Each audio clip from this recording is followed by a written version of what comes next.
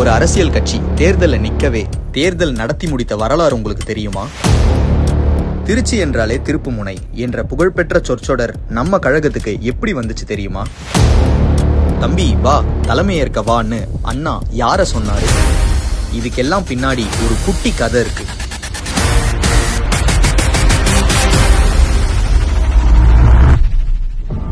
ஆயிரத்தி 1949 தந்தை பெரியாரை விட்டு விலகி கண்ணீரோட பிரிஞ்சிச்சு கழகம். தலைவர் பொறுப்பை பெரியாருக்கே விட்டுட்டு பேரறிஞர் அண்ணா பொதுச் செயலாளரா தேர்வு செய்யப்பட்டாரு. கழகம் பெரியார் கிட்ட இருந்து பிரிஞ்சாலும் அவர் புறக்கணிச்ச தேர்தல் பாதைய கழகம் புறக்கணிச்சது. முதல் பொது தேர்தல்ல கழகம் நேரடியா பங்கேற்காம நிபந்தனையின் அடிப்படையில் சிலரை மட்டும் ஆதரிச்சது. அதுல சிலர் வெற்றியும் பெற்றாங்க, சில துரோகங்களும் நடந்துச்சு. தொடர்ச்சியா பல போராட்டம், சிறை, கைதுன்னு களத்துல தீவிரமா களமாடுச்சு கழகம். இருந்தாலும் நம்ம கொள்கைகள் எல்லாம் தேர்தல்ல நின்னு சட்டமன்றம் செல்வது அவசியம்னு கருதுனாங்க தொண்டர்களும் தலைவர்களும். ஆனா இது பெரும்பான்மையான தொண்டர்களின் கருத்தானு தெரிஞ்சுக்க முடிவெடுத்தாரு அண்ணா. 1956 மே மாசம் 17, 18, 19, 20 தேதிகள்ல திருச்சி வள்ளுவர் நகர்ல கழகத்தோட 2வது மாநில மாநாடு 3 லட்சத்துக்கும் அதிகமான பல லட்சிய வேட்கை கொண்ட தொண்டர்களோட ரொம்ப எழுச்சியா நடந்துச்சு. அன்பில் தர்மலிங்கம் வரவேற்புரை ஆற்றினார். 17ஆம் தேதி காலையில 4 மணிக்கு காவேரி கரையில கூடிய 2 லட்சம் பேர் கொண்ட மாபெரும் கொள்கை படை திராவிட நாடு திராவிடருக்கேங்கிற முழக்கத்தோட மாநாட்டு திடலை நோக்கி அணிவகுத்து வந்தாங்க. புத்தர் வரலாறு விளக்கி கலைவாணர் NS கிருஷ்ணனின் வில்லுப்பாட்டு நிகழ்ச்சியும் புலவர் TN ராஜரத்னம் பிள்ளையோட இசை நிகழ்ச்சியும் கழக உடன்பிறப்புகளோட கலை நிகழ்ச்சியும் முத்தமிழறிஞர் கலைஞர் போன்ற கொள்கை வீரர்களோட சொற்பொழிவும் ஏற்பாடு செய்யப்பட்டிருந்துச்சு. இந்த மாநாட்டுல தான் மூவலூர் ராமாமிர்தம் அம்மையாரோட பணியை பாராட்டி திமுக விருது வழங்கி சிறப்பிச்சாரு பேரறிஞர் அண்ணா.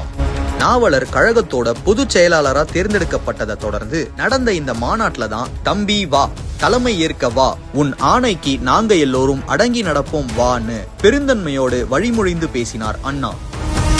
இதெல்லாம் விட முக்கியமான சம்பவம், இன்னைக்கு வரைக்கும் நம்ம இன எதிரிகளால் பொறுத்துக்கவே முடியாத சம்பவம் இந்த மாநாட்டோட கடைசி நாள்ல நடந்துச்சு. இந்த மாநாட்டுக்கு வந்திருந்த தொண்டர்கள் கிட்ட அடுத்து வர பொது தேர்தல்ல கழகம் போட்டியிடலாமா வேண்டாமாங்கிற முடிவு விடப்பட்டுச்சு. இதுவரைக்கும் உலகத்துல எந்த அரசியல் கட்சியும் நினைக்கவோ நடத்தவோ முடியாத வகையில ஜனநாயக பூர்வமா ஒரு தேர்தலை கழகம் நடத்துச்சு. 20ஆம் தேதி காலை 6 மணிக்கு தொடங்கின தேர்தல்ல மாநாடு அறிமுக சீட்டு வச்சிருந்த எல்லோருக்கும் வாக்களிக்கும் உரிமை வழங்கப்பட்டுச்சு. பொது தேர்தல்ல கழகம் பங்கேற்க வேண்டும்னு நினைக்கிறவங்க சிவப்பு பெட்டியிலையும், வேண்டாம்னு நினைக்கிறவங்க கருப்பு பெட்டியிலையும் வாக்குகளை நிரப்பணும்னு கேட்டுக்கொள்ளப்பட்டாங்க. சாயங்காலம் 6 மணி வரைக்கும் நடந்த தேர்தல்ல 56,942 பேர் பொது தேர்தல்ல கழகம் போட்டியிடணும்னோ 4,203 பேர் போட்டியிட வேண்டாம்னு வாக்களிச்சாங்க. மாநாடு தலைவர் நாவலர் தேர்தல் முடிவை அறிவிச்சப்போ கழக தொண்டர்களோட கைத்தட்டல் விண்ண பிளந்துச்சு. மாநாட்டோட 33வது தீர்மானமா கழகம் தேர்தலை சந்திக்கும்ங்கிற தீர்மானமும் நிறைவேற்றப்பட்டுச்சு. 1957 கழகம் முதலா பொது தேர்தலை போட்டியிட்டு 15 இடங்கள் பிடிச்சது. அதுக்கு அடுத்த தேர்தல்ல எதிர்கட்சி அந்தஸ்து. 1967 ஆட்சியையும் பிடித்தது கழகம். தேர்தல் அரசியல்ல பங்கேற்ற 10 வருஷத்துல ஒரு மாநில கட்சி ஆட்சியை பிடித்தது அதுதான் முதல் முறை. அன்னைக்கு தொடங்கிய அரசியல் பயணத்தில் கழகம் வெற்றி தோல்விகளை மாத்தி சந்திச்சாலும் எப்போதும் தமிழர் நலம் காக்க தவறினதே இல்லை.